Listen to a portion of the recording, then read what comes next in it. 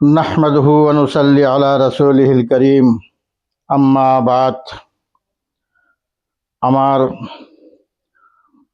অতি সম্মানীয় দেশবাসী ভাই এবং ভগ্নীগণ, আসসালামু আলাইকুম ওয়া রাহমাতুল্লাহি ওয়া বারাকাতুহু।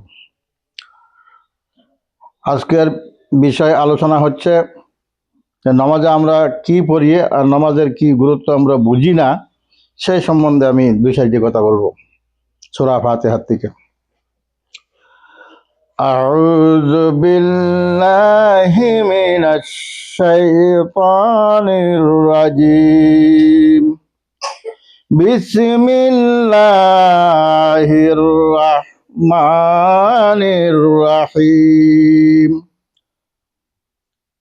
পানা চাই সেই বিতাড়িত মরদুদ শয়তানের কাছ থেকে এবং শুরু করলাম আল্লাহ পাক রব্বুল ইজ্জতের নামে, যে আল্লাহ রহমান রহিম, অতি দয়াবান। আমরা যখন নামাজে দাঁড়াই, ওযু করে যখন নামাজে দাঁড়াই কি বলি, তার অর্থ কি, এগুলি তো আমরা বুঝি না।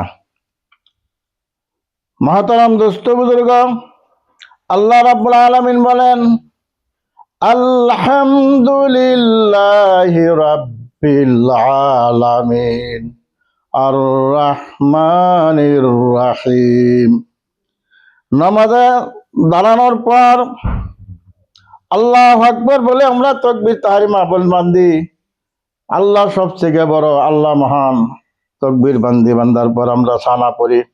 সানার ভিতরে কি পড়লাম? সুবহানাকা আল্লাহুম্মা ওয়া বিহামদিকা ওয়া তাবারাকা ইসমুকা ওয়া তাআলা জাদ্দুকা ওয়া লা ইলাহা গায়রুক। আল্লাহ, তোমার প্রশংসা করতেছি, তুমি পাক, তুমি ব্যতীত আর কোনো দয়ালু, কোনো আল্লাহ নাই, কোনো মাবুদ নাই। আলহামদুলিল্লাহি রাব্বিল আলামিন। তারপরে সূরা ফাতিহা পড়ি। সূরা ফাতিহার ভিতরে আল্লাহ পাক রব্বুল ইজ্জত কি লিখেছে আমরা অর্থ জানি না। অর্থ যদি জানতাম, বুঝতাম, তাহলে নামাজ এত গুরুত্ব বস্তু, সেই নামাজ থেকে আমরা দূরে থাকতাম না। আল্লাহ পাক রব্বুল ইজ্জত বলেন, আলহামদুলিল্লাহি রাব্বিল আলামিন। সমস্ত প্রশংসা সেই আল্লাহ পাক রব্বুল ইজ্জতের জন্য, যে আল্লাহ পাক রব্বুল ইজ্জত ইহকাল এবং পরকালের মালিক। সমস্ত প্রশংসা সেই আল্লাহ রাব্বুল আলামিনের জন্য। আর রহমানির রহিম, আর সেই আল্লাহ পাক রব্বুল ইজ্জত রহমান এবং রহিম। রহমান দুনিয়ার সব সম্প্রদায়ের কারণে প্রযোজ্য হয়, কিন্তু রাহিম আল্লাহর যে সিফত রয়েছে, সেই রাহিম সিফত একমাত্র কিয়ামতের দিন মুমিনদের জন্য প্রযোজ্য হবে। আর রহমান রাহিম, আল্লাহ দয়াবান, অশেষ দয়াবান। রুকুতে যাই, রুকুত গিয়ে পড়ি সুবহানা রাব্বিয়াল আযীম। আল্লাহ তুমি পাক, তোমার বরত্ব বয়ান করতেছি। আবার কওমা করি, আবার সিজদায় যাই, সিজদায় গিয়ে বলি সুবহানা রাব্বিয়াল আ'লা। আল্লাহ বরত্ব, আল্লাহর প্রশংসা করছি। এক সিজদা করে দ্বিতীয় সিজদার মাঝে আমরা আবার বলি আল্লাহুম্মা আগফিরলি ওয়ারহামনি ওয়ারযুকনি ওয়াহদিনি ওয়াআফিনি। আল্লাহ তুমি আমাকে মাফ করো, আমাকে রিজিক দাও, আমাকে রহম করো, আমাকে তুমি শাফা দাও।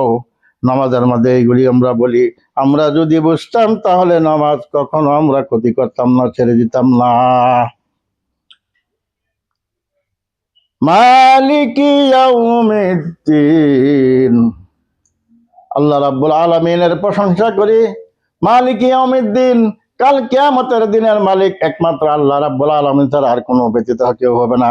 আল্লাহ ছাড়া কোনো মালিক নাই। ইয়াউমা ইয়াকুমুর রূহু ওয়াল মালাইকাতু সাফফান লা ইয়াতাকাল্লামুন। ওই কিয়ামতের দিন আল্লাহ রাব্বুল আলামিন সর্বসারা মালিক হবে, কেউ কোনো কথা বলতে পারবে না। ইল্লা মান আযিনা লাহুর রাহমানু ওয়া ক্বালা সাওয়াবা।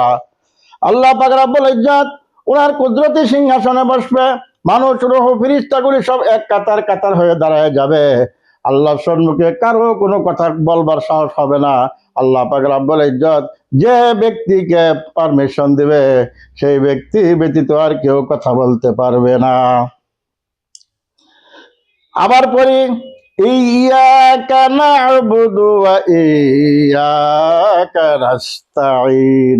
হে আল্লাহ, তোমারই বিশেষ করে তোমারই ইবাদত করি, তোমারই উপাসনা করি, আর তোমার কাছ থেকে আমরা সহায় চাই। আল্লাহ পাক রব্বুল ইজ্জত বলেন, ওয়াস্তাঈনু বিস-সাবরি ওয়াস-সালাহ। তোমরা আমার কাছে সহায় চাও, আমার কাছে মদদ চাও। যে কোনো বস্তুর সহায় চাবে, যে কোনো বস্তুর প্রয়োজন আছে, নামাজের সহিত ধৈর্যের সহিত তুমি চাও, তোমার চাওয়া আমি সঙ্গে সঙ্গে কবুল করে নিব। সে ইয়াকা না'বুদু ইয়াকা নাস্তাঈন। তারপরে আবার বলি, ইহদিনাস সিরাতাল মুস্তাকিম। হায় আল্লাহ, আমি নামাজের থেকে বলতেছি, তোমার সম্মুখে দাঁড়ায়া, তুমি বলো, তোমার সম্মুখে দাঁড়ায় বলতেছি, এমন একটি রাস্তা আমাকে অবলম্বন করাও, যে রাস্তা সহজ সরল, যে রাস্তা দিয়ে চললে বেহেশতে পাবো, যে রাস্তা দিয়ে চললে দুনিয়া ও আখিরাতে শান্তি পাবো। গায়রিল মাগদুবি আলাইহিম ওয়ালাদ-দাল্লিন। এমন কোন রাস্তা দেখায় না যে রাস্তা শয়তানের রাস্তা, যে রাস্তায় চললে পথভ্রষ্ট হয়ে যায়, যে রাস্তায় চললে মানুষ দিন থেকে দূরে চলে যায়।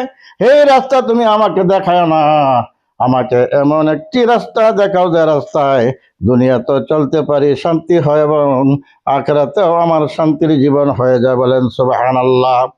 এইভাবে যদি নামাজে কি পড়ি যদি বুঝে শুনে নামাজটা আদায় করে নেই, তাহলে নিশ্চয় আমাদের নামাজ কবুল হয়ে যেত।